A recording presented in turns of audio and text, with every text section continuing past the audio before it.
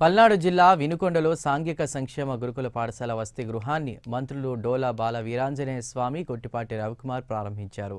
Pilot ప్రాజెక్టుగా సింగరాయకొండలో degree కళాశాలలు ఏర్పాటు చేస్తున్నామని మంత్రులు అన్నారు.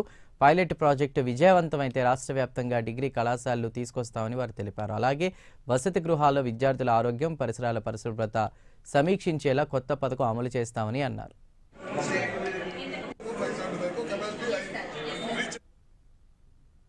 గురుకుల పాఠశాలతో ఈ రాష్ట్రంలో 1,00,000 పైచీలకు విద్యార్థులతో మనం ఉన్నాం.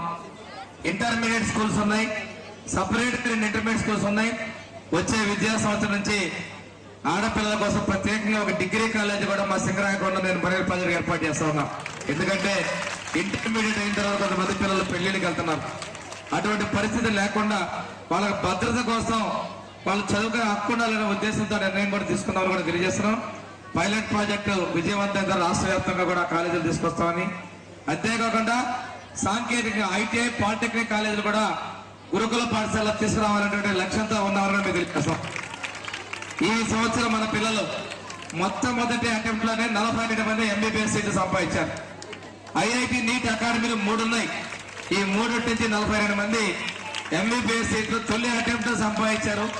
అంతేకాకుండా 60 మందికి ప్రతిష్టాత్మక ఇంజనీరింగ్ కాలేజీల్లో ట్రిపుల్ ఐటీ సీట్లు వచ్చాయని కూడా మేము తెలియజేస్తున్నాం. ఐఐటి సీట్లు వచ్చాయని.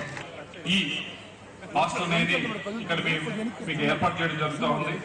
ఇప్పటిదాకా అడిగితే చెప్తా ఉన్నాం, ఈ క్లాస్ రూము, హాస్టల్ రూము 2 ఒకటే ఇప్పటిదాకా మేము వాడుకుంటా ఉన్నాం అని మీ ప్రిన్సిపల్ గారు చెప్పడం జరిగింది. కొద్దిగా ఇబ్బందికరమైన విషయం, చదువుకునే చోటే పడుకోవటం అనేది చాలా ఇబ్బందిగా ఉంటుంది.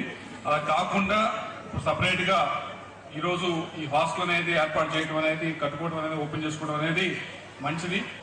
దాంతో పాటుగా మంచి టీచర్స్, మోటివేటెడ్ టీచర్స్ మీకు అన్ని సమయాల్లో కూడా మిమ్మల్ని మంచి చదువు చెప్తూ ముందు తీసుకెళ్లే వారు కూడా అంతే ఇంపార్టెంట్. అటువంటి టీచర్స్ ఇక్కడ ప్రభుత్వం వైపు నుంచి ఇక్కడ ఏర్పాటు చేయడం జరుగుతూ ఉంది. ఇంకా ఒకళ్ళు ఇద్దరు తక్కువైతే తప్పకుండా మంత్రి గారిని కోరుతా ఉన్నాం, ఏమన్నా కొద్దిగా ఇలాంటి స్కూల్స్ లో వేకెన్సీ ఉంటే కనుక వాటిని వెంటనే ఫిల్అప్ చేయాలని.